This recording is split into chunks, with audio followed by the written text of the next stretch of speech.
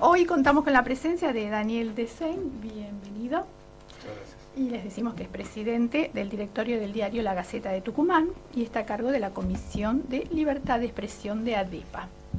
Bueno, y un diario, un diario muy tradicional, yo lo conocí desde chico, siempre tenía como referente diario del interior, La Gaceta de Tucumán. Y bueno, después tuve como referente fuerte a José Ignacio García Hamilton, con quien tuve bastante contacto, bueno, he leído sus libros. Pero bueno, Daniel, bienvenido y me gustaría que cuentes un poquito para comenzar la historia del diario. Bueno, tiene una historia interesante. El diario lo fundó mi bisabuelo, que era abuelo de José Ignacio, y José Ignacio era mi tío, primo hermano de mi padre, en el año 1912. Mi bisabuelo era un uruguayo vinculado a las luchas civiles de Uruguay de ese momento, estaba en las filas de Aparicio Saravia, dirigía un diario en Fraivento frente a Gualeguaychú, un pequeño periódico en realidad, y a partir de esos enfrentamientos tiene que exiliarse, primero en Buenos Aires, y finalmente logra conseguir un trabajo en Tucumán, en un diario que era el diario más importante del norte argentino en ese momento, que se llamaba El Orden, dirigido por otro uruguayo, que se llama León Rosenwald. Bueno, entra a trabajar ahí, avanza, termina siendo subdirector de ese diario. Y paradójicamente estoy recordando ahora que también Botana, el director de crítica, el claro, uruguayo, vino ahí también de un diario. Exactamente. Sí. Así que, bueno, lo cierto es que por peleas internas muere el fundador de ese diario, que lo había contratado, los hermanos pelean entre sí, como pasa en tantos diarios, en tantas empresas familiares en general, termina fuera y decide fundar un diario en 1912. Un momento muy particular, es el año de la sanción de la ley Sáenz Peña, y la nota más importante que había hecho mi bisabuelo, se llamaba Alberto García Hamilton, fue a Teddy Roosevelt, siendo presidente de los Estados Unidos. Teddy Roosevelt fue presidente entre 1901 y 1908, y dejó su marca en la historia porque llevó adelante las políticas antitrust, antimonopolio, que marcaron el capitalismo americano hasta el día de hoy, con la idea de que debía generar competencia para mejorar los servicios y los precios para los consumidores y demás, y en ese momento todos los grandes sectores de la economía estaban en manos de una compañía predominante, claro. el petróleo, las comunicaciones, la agroindustria, etcétera, etcétera. Bueno, a partir de eso nace el periodismo moderno. ¿Por qué? Porque nace la publicidad, porque las empresas se ven obligadas a competir entre sí y a promocionar sus productos, y por lo tanto le dan el combustible a los medios de comunicación para tener autonomía económica y luego tener independencia editorial. Es decir, hasta ese momento se daba lo que llamaríamos el periodismo militante, que es el que hacía mi bisabuelo en Uruguay, o que se hacía en la Argentina y en todo el mundo, pero a partir de esa época él ve que hay un cambio y empieza a hacer un periodismo distinto. Y ve también que hay un cambio institucional en la Argentina, ¿no? Pensemos que 4 años más tarde Hipólito Yrigoyen va a inaugurar el primer periodo plenamente democrático y va a cambiar la Argentina para siempre. Un periodismo crítico, digamos, pasa a ser de militante a crítico. Exactamente. Y bueno, lo cierto es que en ese diario luego se incorporaron muchos de sus familiares. Mi padre fue director editor de ese diario, fue presidente de la compañía, era el nieto mayor del fundador y muy vinculado, José Ignacio. Bueno, José Ignacio empezó siendo secretario de mi padre, siendo un adolescente. Mi padre además apenas empezó a desempeñar su función, fundó una sección literaria que después se transformó en un suplemento cultural, y José Ignacio empezó a escribir sus primeras notas, que eran comentarios de libros, teniendo 17 años en esa página. José Ignacio después fue secretario de redacción en la época de mi padre. Hubo peleas familiares como la que estábamos comentando fuera del aire, y él después fundó su propio diario que se llamaba El Pueblo. Era un diario muy de izquierda de ese momento, época de Lanús, le pusieron una bomba, bueno, terminó preso, logró salir de esa situación antes de que llegaran años más oscuros en la Argentina. Y bueno, yo nací dentro de ese diario. Por ese diario mi padre, por ejemplo, le publicó su primera nota a los 16 años a Tomás Eloy Martínez. A partir de ahí fue colaborador de ese suplemento cultural de mi padre, y mi padre después lo tomó dentro del diario. Él hacía las críticas de teatro y de cine, después le encargó las primeras notas políticas. Santos Balmaya, que era su director de La Nación, pasó por Tucumán. Mi padre lo mandó que le hiciera la nota y se lo llevó, como a muchos otros de los periodistas que contrató a mi padre fue Joaquín Morales Solá. Su padre, que se llamaba igual, era secretario de la redacción, secretario general de la redacción de La Gaceta. Y bueno, muchos otros. Ricardo Kirchmann estuvo también un tiempo, fue el secretario general del diario de José Ignacio, del Pueblo. después terminó como editor general de Clarín. ¿Y ese diario El Pueblo cerró después? ¿O? Duró 4 meses. Le pusieron una bomba. Y ahí chao. Y después muchos otros personajes menos conocidos hoy, pero que marcaron al periodismo en su momento, como Julio Ardiles Gray, al periodismo y a las letras, Carlos Alberto Gómez, periodista de La Nación, bueno, muchos de los grandes diarios, los proyectos de Timerman, La Nación, Clarín, se nutrieron en buena medida del periodismo del interior, y de la Gaceta en particular fue una gran cantera en ese. Y vos te criaste en ese clima, lleno de tintas. Yo me crié con papel. Cuando yo era. Mi padre fue 20 años subdirector de ese diario y otros 20 director periodístico, y durante 62 años trabajó dentro del diario. Así que una larguísima trayectoria allí dentro. Y yo, bueno, conocía a muchos de esos personajes, ¿no? Las primeras cosas que yo escribía, me las miraba a Tomás Eloy Martínez, que siguió siendo uno de los mejores amigos de mi padre, y así como le publicó la primera nota, una semana antes le publicó la última nota que publicó Tomás en un medio de comunicación, ¿no? Durante 60 Claro, porque después se dedicó más a la literatura, digamos, más que al periodismo. Y siempre escribiendo, siempre tuvo un pie en cada lado, y fue uno de los grandes ejemplos de esas mezclas fructíferas, porque, bueno, fue uno de los grandes referentes, ¿no es cierto?, de el periodismo narrativo, por un lado, pero también de la novela histórica, ¿no?, de esos géneros mixtos. Él, después de trabajar en La Nación, luego pasa a Primera Plana, era la cabeza del área con Timerman, ¿no es cierto?, y era la cabeza del área cultural. Allí descubre a García Márquez, prácticamente había llegado el manuscrito de 100 años de soledad, siendo García Márquez prácticamente un desconocido, y el editor de Sudamericana lo llama a Tomás, y Tomás hace la primera crítica que se publicó en El Mundo sobre ese libro. Lo trajeron a García Márquez acá, y nació el boom latinoamericano. Carlos Fuentes, sí, él después va a Estados Unidos, creo, Donoso, Roa Bastos, todo ese movimiento se generó desde la Argentina, y particularmente desde una revista como Primera Plana, que era el gran faro cultural de la época. Estamos hablando de los 60, en una época que pensemos, ¿no? Franquismo en España, ¿no? Las grandes editoriales por los que editores españoles que habían huido de la guerra civil española en un primer término, y luego del franquismo, estaban en la Argentina, ¿no? Argentina en ese momento, años 68 y 69, tiene los récords de circulación de diarios, ¿no? de toda nuestra historia.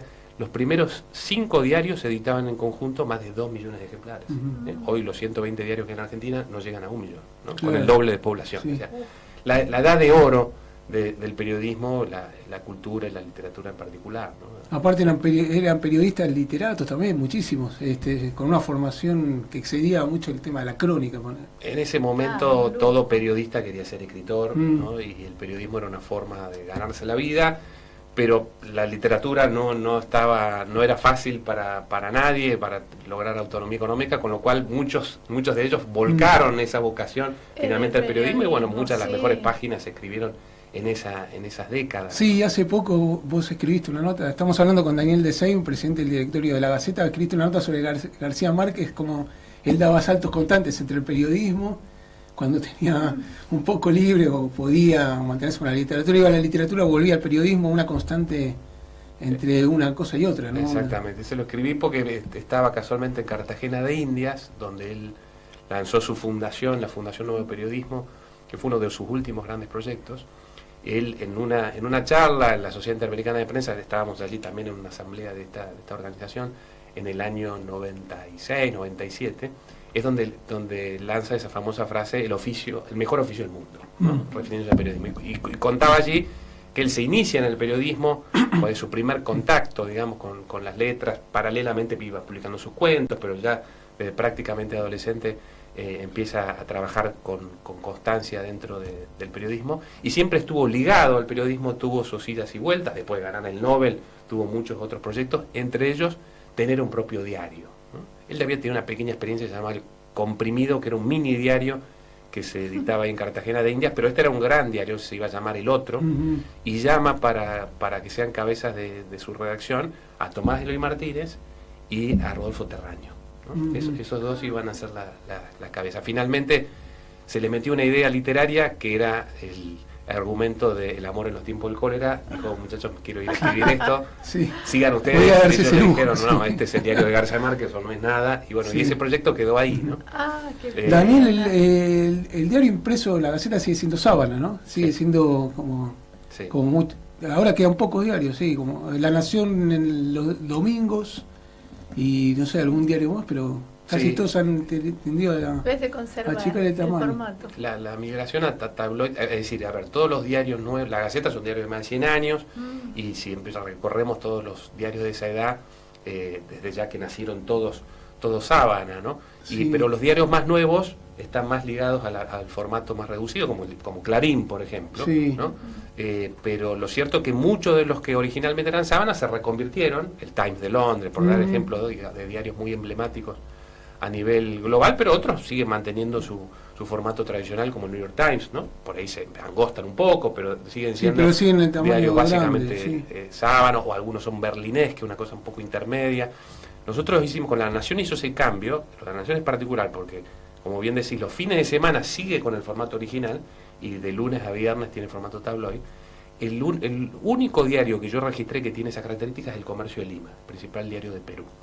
Nosotros hicimos un experimento con la gente de poliarquía, una investigación de poliarquía, y a diferencia de ellos, que les daba que el 82, por ejemplo, ellos pusieron kioscos donde estaban los dos formatos y le daban al lector, que estaban filmados, ¿no?, sin que supieran, que eligieran al mismo precio cualquiera de los dos. Bueno, 82% eligió el formato más chico para los días de semana. Menos tiempo, más claro. urgencia, Sí, más comodidad, sí, sí. más viaje en transporte público, distintos Sí, motivos. seguro, más difícil de- A nosotros en Tucumán nos dio al revés, nos dio 70% quería tal cual y solamente 30% el tabloid, y decidimos no hacer el cambio. Teníamos todo listo para hacerlo. Da una Y imagen más, tal vez, más tradicional, más seriedad, a mí por lo menos. históricamente Yo- siempre se sí, asoció, ¿no?, al sí, periodismo sí. sensacionalista o amarillo, más blando, al formato más chico, y Claro, al periodismo sí. más tradicional, más serio, al sábano. Yo creo que de eso queda poco, más que en los lectores El más Comercio grandes. de Lima y el Mercurio también, ¿no? ¿Sigue siendo grande o El Mercurio creo que tiene un formato medio berlinés, Ah, la última vez que lo vi, intermedio, medio sí. más No es tan intermedio. grande, me parece. Sí. Sí. Pero digamos, en Tucumán sí hay mayor resistencia al cambio en general, ¿no? Porque lo mismo nos ha pasado con la tipografía, ¿no?, con también. cambios de sección, con cambios de nombres de secciones, o de orden en el paginado, distintas ideas de renovación. Nuestro público es mucho más conservador que el término medio, digamos. Claro. Bueno, es amplísimo el tema, pero Tucumán, bueno, tuvo en el siglo XIX personajes como Alberdi, como Avellaneda, ¿no? Era una provincia que, bueno, de mucha intelectualidad, gente que venía, algunos venían a Capital, otros se desarrollaban allí, ¿no? Después, entrando un poco en este siglo, ya, bueno, vamos a hablar después de lo que fue la vuelta a la democracia, un poco la hegemonía del peronismo, ¿no?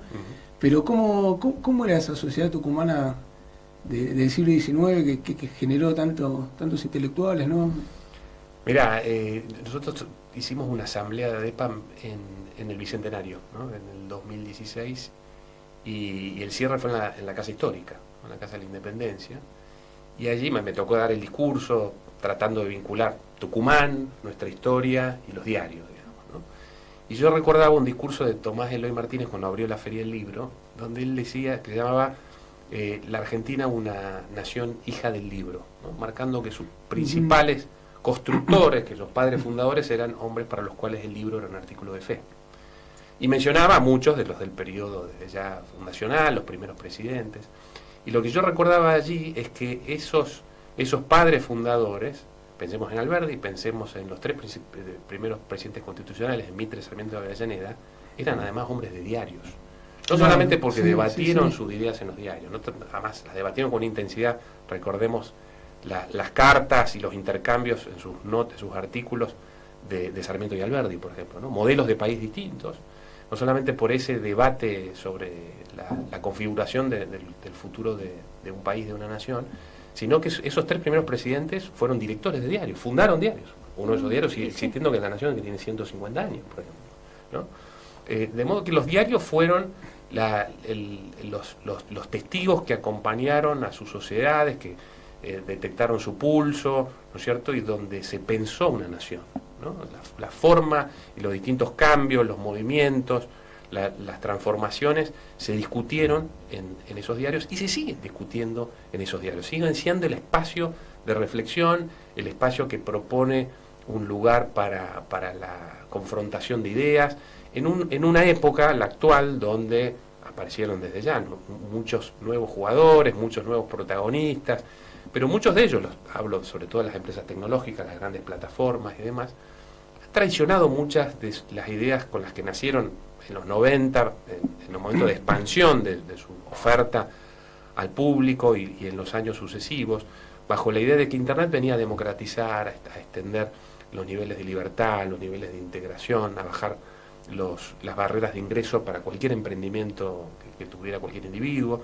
Y empezamos a ver ahora la cara oscura, ¿no? La interferencia en los procesos democráticos, la polarización de las sociedades, el uso de nuestra privacidad de manera espuria, ¿no? En lugar de democratizar económicamente las distintas áreas, hay destrucción de industrias porque cortan los procesos de desintermediación y monopolios. Las grandes empresas son las tecnológicas y cada uno domina su rubro, un gran buscador, una gran red social, un gran Amazon, etcétera, etcétera, ¿no?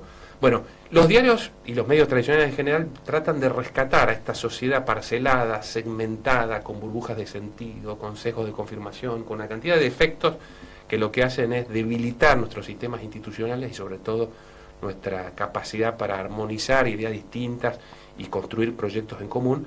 Los medios siguen impulsando esta idea de que hay ciertas cuestiones sobre las que debemos debatir todos, desde ángulos diversos, ¿no? Con visiones diferentes, pero siempre con un respeto común y con la idea de que una nación siempre debe prevalecer esta idea de seguir juntos en un proyecto común hacia adelante, ¿no? Entonces, creo yo que ese sentido del siglo XIX persiste todavía y recupera cierta potencia, cierta misión para decir, bueno, de todo esta pasamos de un escenario de escasez informativa a un escenario de saturación, de sobreabundancia, de contenidos en general. Bueno, el espacio para desconectarnos y conectarnos en profundidad con los grandes temas, ¿no?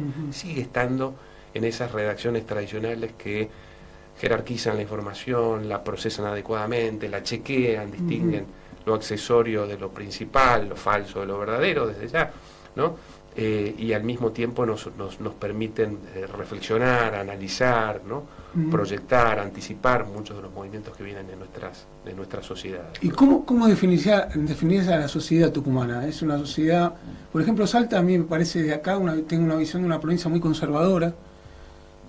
¿Cómo es la sociedad tucumana, digamos, en general? Salta y Tucumán son muy distintos, tienen similitudes, son las dos grandes provincias del noroeste argentino, con poblaciones más o menos equivalentes, pero con características muy diferentes, ¿no? Salta es la sociedad más tradicional de la Argentina, probablemente.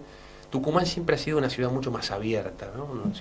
Una ciudad donde con grandes procesos inmigratorios, con mucho movimiento, sigue siendo la gran capital del norte desde el punto de vista universitario, ¿no? Se sigue caracterizando por esa universidad que desplegó y que forjó una cantidad de talentos, como tantos tucumanos conocidos, como César Peli, murió hace poquito, me tocó hacer un suplemento sobre Peli, ¿no? Pensemos que uno de los 5 grandes arquitectos del mundo, que ha dejado su huella en muchas de las grandes capitales y ciudades del mundo, con muchas de las torres más altas de esas ciudades, desde las Petronas que pusieron en el mapa a un país, ¿no es cierto?, a tantas otras. Bueno, ese hombre salió de la Universidad Nacional de Tucumán, era colaborador del suplemento cultural de mi padre, con críticas de libros de arquitectura siendo estudiante, ¿no? Se formó en esa universidad y luego dejó su marca en el mundo. Bueno, no hay muchos argentinos, ¿no?, que puedan estar, diferenciarse como uno de los 5 grandes en sus disciplinas, digamos, ¿no? Así que Tucumán tuvo siempre esa pujanza y esa capacidad de renovarse, ¿no? Y esa creatividad, esa ebullición, también grandes problemas, ¿no? Así como Córdoba de alguna manera adelantó muchas tragedias, ¿no? Y muchas grandes problemáticas, ¿no? Y muchas tendencias, el cordobazo, por poner un nombre, Tucumán quizás las acentuó, ¿no? Entonces Tucumán mostró, por ejemplo, en la crisis, hablábamos fuera del aire, sobre la crisis del 2001, quizás sus peores caras, ¿no? La cara del hambre, esas imágenes de nutrición, de testimonios que vimos en Tucumán, ¿no?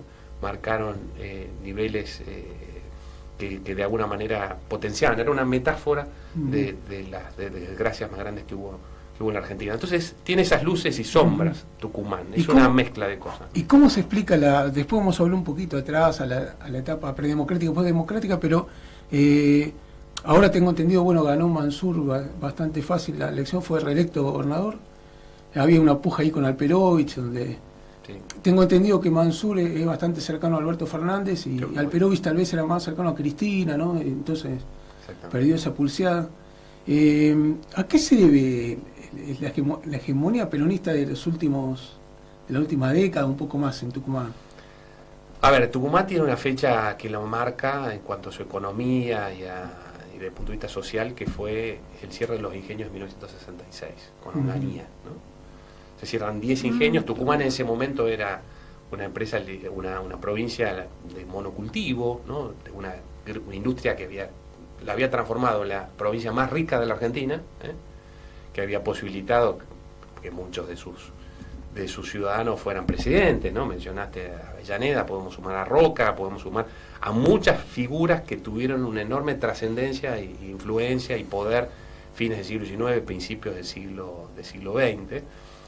Pero en los 60 esa industria entra en crisis y a partir de ese cierre se genera una enorme migración. Se calcula que cerca de 250.000 de tucumanos migraron a partir de ese momento en los años subsiguientes, particularmente a Buenos Aires, ¿no? Y desde ese momento el peronismo empezó a calar hondo. Por supuesto que había en momentos previos, ya en el primer peronismo, ¿no? Había una situación de deterioro de lo que había sido ese Tucumán que empieza a bajar a partir de la década del 30, y Tucumán sigue siendo muy peronista, claro. Cristina Kirchner sacó el 60% de los votos, Alperovich, por poner al gobernador anterior, llegó a ganar con el 78% de los votos, fue el mayor porcentaje de la Argentina después de San Luis, ¿no? Después de Rodríguez A. Alperovich era un empresario, ¿no? En cambio Mansur, que tengo entendido y leí un informe que creció más patrimonialmente con el tema de los empleos públicos. El padre de Alperovich era ya uno de los empresarios más importantes de Tucumán. Alperovich era el legislador radical. De ahí el gobierno de Miranda, estamos hablando fines de los 90, y luego a ser el gobernador de la crisis, lo lleva a su gabinete como ministro de Economía, se convierte en un ministro muy fuerte de ese momento, y a partir de la crisis y de la caída política de Miranda por esa crisis, aparece Alperovich y gana la primera elección, y va a coincidir con el periodo del kirchnerismo, ¿no? 3 periodos, va a reformar la Constitución entre el 2003 y el 2015. Mansur fue su vicegobernador y de alguna manera es hijo político de Alperovich, pero con, como decís bien, características muy distintas, ¿no? Hay un profesor israelí muy interesante que estudia el peronismo, que marcaba la particularidad de Tucumán, que pasa de un gobernador judío a un gobernador árabe, ¿no? Sí, qué curioso. Descendiente de libaneses. Y eso marca Tucumán. La comunidad judía y la comunidad árabe, particularmente la siria y la libanesa, son muy fuertes. Y entonces esa pluralidad, zona, ¿no? dentro de la zona en general, pero con protagonismos quizá más marcados por estos casos, ¿no?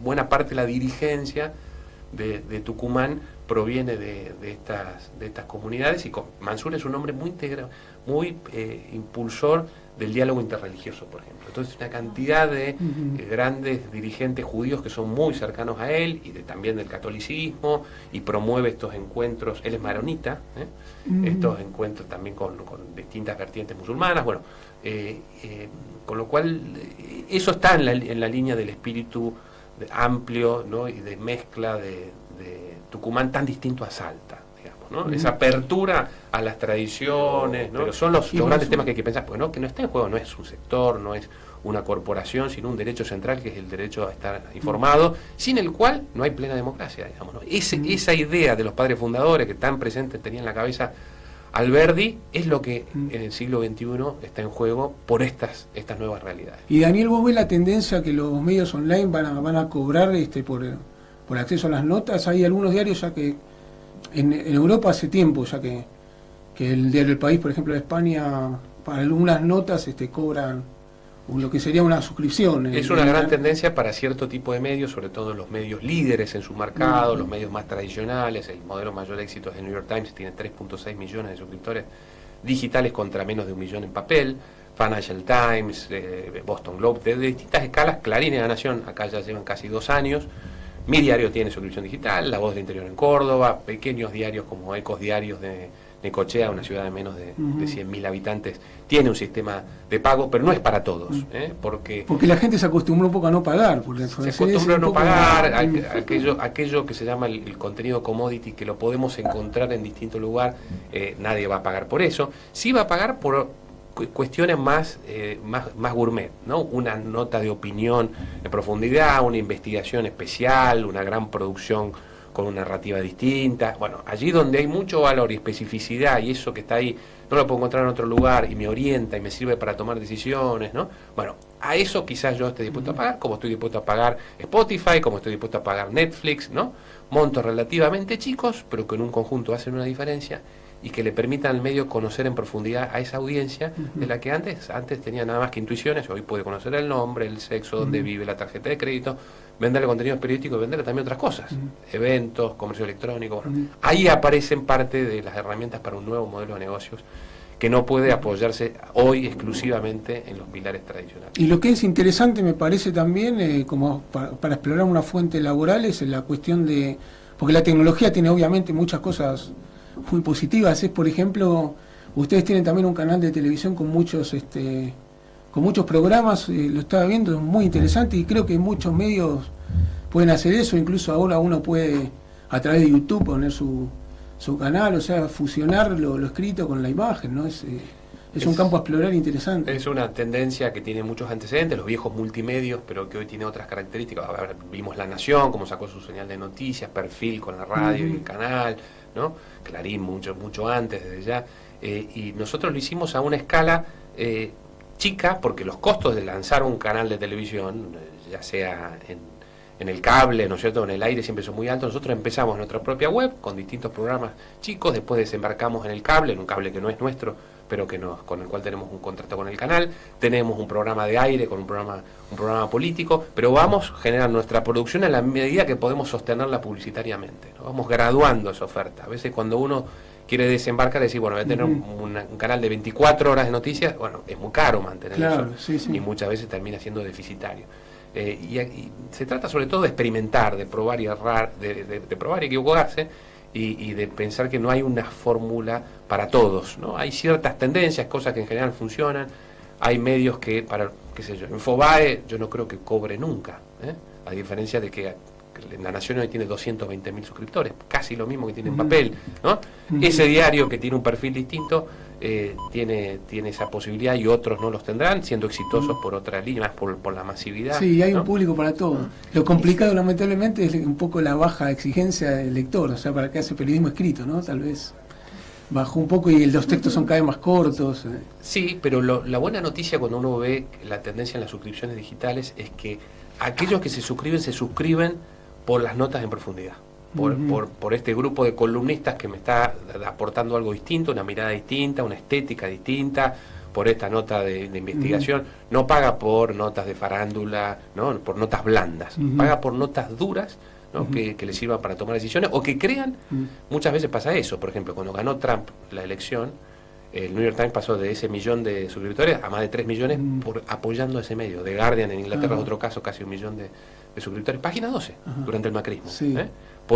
Tiene más de 10.000 miembros, le llaman ellos, que apoyan ese medio, ¿no? O sea, que no están pagando, no es un tema transaccional, no pagan por el contenido, pagan para que ese medio pueda hacer ese periodismo contra un gobierno de turno. Te hago una última porque ya nos estamos yendo. Yo trabajaba en el diario Río Negro, te contaba, y el perfil del lector era muy contrario a la postura del diario. En cambio, en La Nación, por ejemplo, el lector acompaña mucho la línea editorial del diario. En La Gaceta, ¿cómo es el perfil del lector?